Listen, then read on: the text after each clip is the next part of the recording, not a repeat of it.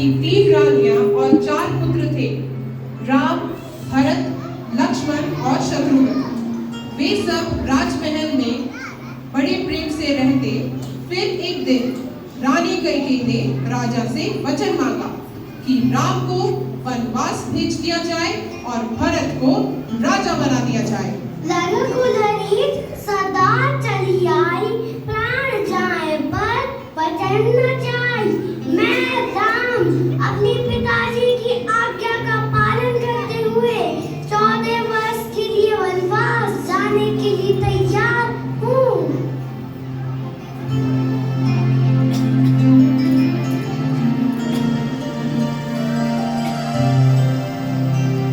राम अपनी पत्नी सीता और भाई लक्ष्मण के साथ वनवास मतलब जंगल में रहने चले गए।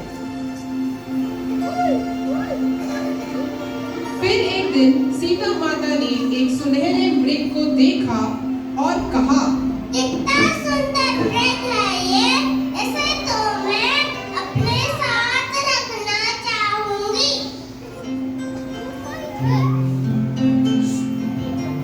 ये सुन श्री राम उस मृग को पकड़ने उसके पीछे जंगल में चले गए। परंतु उन्हें ये नहीं पता था कि ये रावण का छल है।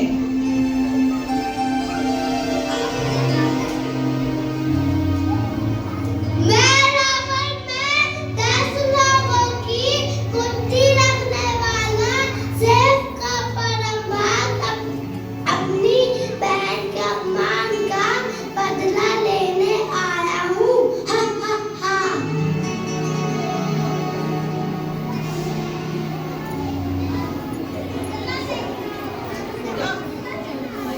रावण जो कि महाबुद्धिमान था, महाज्ञानी था, परंतु था तो राक्षस जो हर चीज अपना बनाने की हट करता था।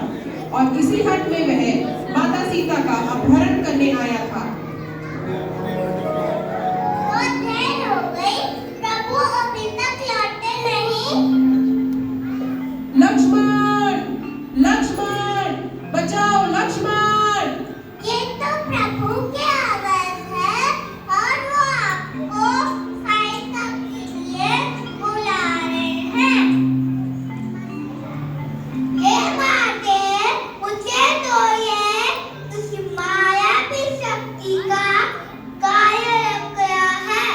अब चिंतित ना हो, मैं अभी भैया को लेकर आता हूँ। बता दे।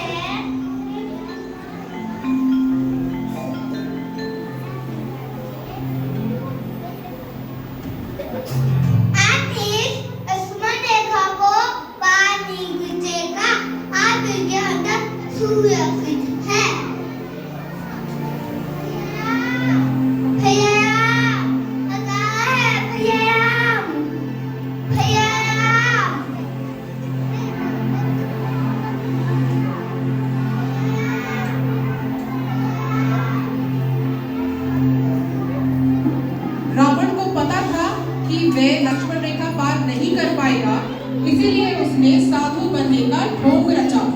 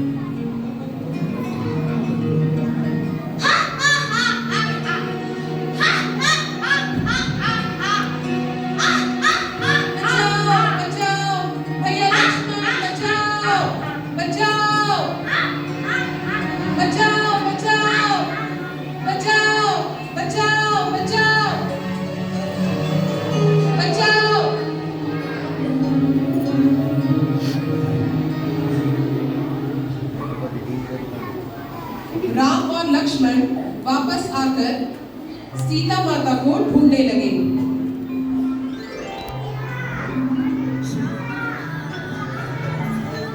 सीता, सीते आप कहाँ हैं? सीते, सीते आप कहाँ हैं? सीते।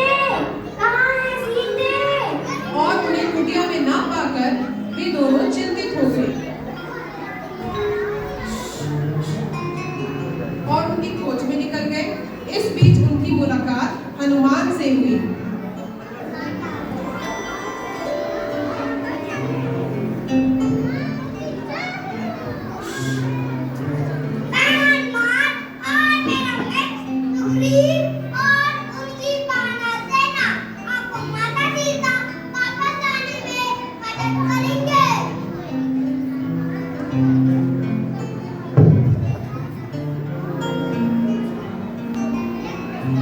समुद्र को पार करने के लिए नल और नील